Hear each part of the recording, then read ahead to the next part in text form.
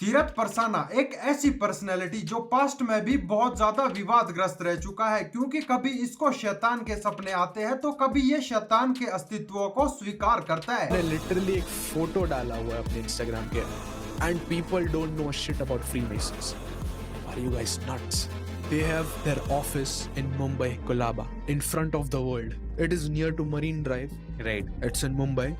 It's kind of a old Haveli. कभी अपने आप को बहुत ही ज्यादा अकेला, जिसका इस दुनिया में कोई नहीं है, ऐसा पोर्ट्रे करने की कोशिश करता है। I have money, I have power, I have fame. I can lay my finger on any bloody thing and I can buy that.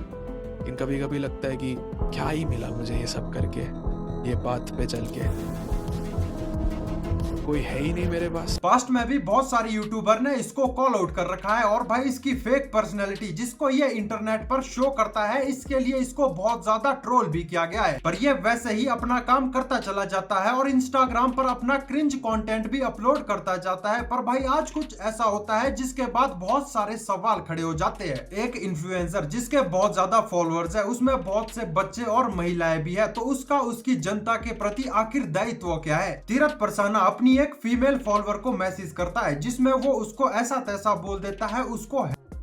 और जब ये बात किसी मीम चैनल के थ्रू बाहर आती है और वो लड़की तीरथ को एक्सपोज करती है, तो भाई तीरथ उसको धमकियां देना शुरू कर देता है कि मैं एक्शन लूंगा, FIR करूंगा। ये सब करने के बाद तीरथ को किसी भी तरह का कोई पछतावा नहीं होता। ऊपर से वो भाई इस बात को दबाने के लिए धमकियां देना शुरू कर देता है कि जिससे ये बात आसानी से दब भी जाए। पर अगर आप एक इन्फ्लुएंसर हो और आपके बहुत सारे फॉलोअर्स है, तो भाई इसका मतलब ये नहीं है कि किसी लड़की का कोई कैरेक्टर नहीं है, वो आपके साथ कुछ भी करने के लिए कभी भी तैयार हो जाएगी, क्योंकि वो बस आपकी एक फैन है और आपको आपके काम के लिए फॉलो करती है। भाई इस तरह के इन्फ्लुएंसर पता नहीं सोशल मीडिया को किस तरह से लीड कर रहे हैं, ये एक सोचने की बात है। पहले तो एक फेक पर्सनैलिटी से शैतान के नाम पर अपने फॉलोअर्स को एक किताब खरीदने के लिए मिसगाइड किया जाता है, भाई गलत तरीके से इन्फ्लुएंस किया जाता है। और अब बस एक फेमस पर्सनैलिटी और कुछ फॉलोअर्स का ओनर होने के कारण किसी भी लड़की को किसी भी तरह के SMS भेजे जा रहे हैं, भाई जो एक क्राइम है। तीरथ परसाना इंस्टाग्राम पर किसी भी अनजान लड़की से कुछ भी पूछना शुरू कर देता है और कुछ भी मांगना शुरू कर देता है, और वो भी बिना किसी शर्म के।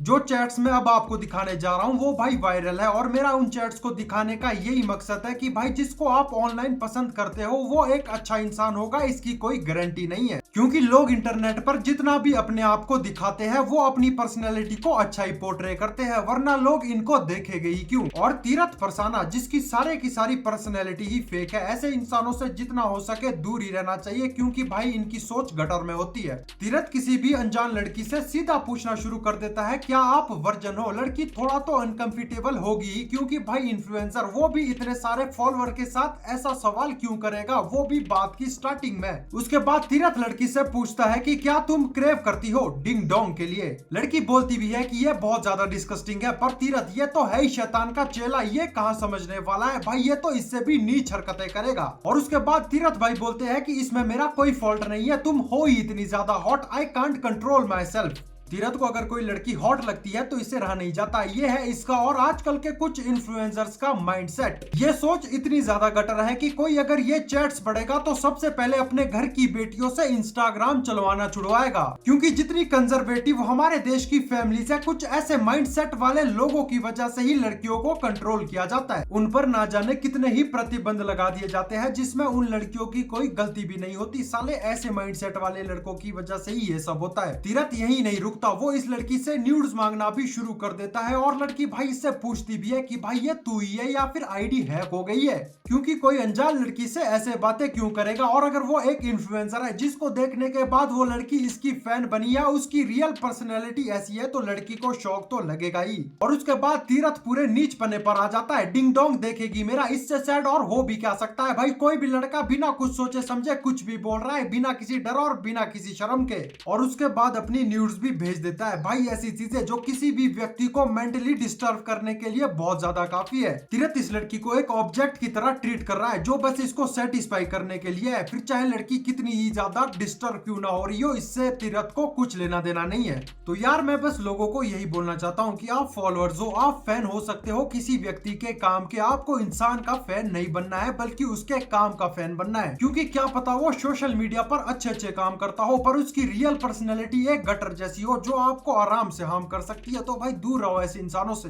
तीरथ परसाना क्योंकि बस उसके पास फॉलोअर्स है तो कई लड़कियां उसके साथ ये सब करने के लिए रेडी भी हो जाती होगी, पर तीरथ भाई हर लड़की को एक ही तराजू में नहीं तोला जा सकता। फेम और फॉलोअर्स एक अलग बात है, पर अगर फॉलोअर्स के दम पर आप ये सोच रहे हो कि आप किसी भी लड़की से न्यूड्स मांग सकते हो तो भाई बस ये एक बीमारी है। मुझे समझ नहीं आता कि इस तरह के लड़के आखिर जीते किस माइंडसेट के साथ है, जो इंस्टाग्राम और सोशल मीडिया पर कुछ भी सेंड कर देंगे, कभी भी सेंड कर देंगे और सोचते हैं कि ऐसी वीडियोस और फोटो सेंड करने के बाद तो लड़कियां मुझे रिप्लाई करेगी, वो पागल ही हो जाएगी। बल्कि ये एक बहुत बड़ा क्राइम है जिसे रोका जाना चाहिए। आजकल सोशल मीडिया पर कुछ भी चल रहा है, अगर किसी की प्राइवेट फोटो या वीडियो लीक हो जाती है तो भाई इंस्टाग्राम पर ऐसे पेज बने हुए हैं जो लिंक प्रोवाइड करते हैं और लोग भाई लिंक मांगते भी है, लिंक दो लिंक दो। फिर चाहे किसी की जिंदगी ही क्यों ना दांव पर लगी हो, इससे किसी को कोई फर्क नहीं पड़ता, हमें तो लिंक चाहिए, लिंक प्रोवाइड करो। भाई क्या हो गया है आजकल। हमारे देश में ऐसी चीजें वेबसाइट से जरूर ही बैन होगी हो, पर भाई इंस्टाग्राम पर यह बहुत ही आसानी से अवेलेबल हो जाती है, जिसके बारे में सोचने की हमें बहुत ही ज्यादा जरूरत है। और भाई जो ये आज का मुद्दा है, ये रोस्ट का मुद्दा नहीं है, ये बहुत ही ज्यादा इंपॉर्टेंट मुद्दा है जिसे हाईलाइट किया जाना चाहिए और होना भी चाहिए। भाई दोस्तों यार आज के लिए इस वीडियो में बस इतना ही। चलिए यही खत्म करते हैं आज की वीडियो को। अगर आपको ये वीडियो पसंद आई तो चैनल को सब्सक्राइब कर दे, वीडियो को लाइक कर दे, बेल आइकन दबाना भूले और कमेंट जरूर से कर दे। Thanks for watching. सोचने की जरूरत है।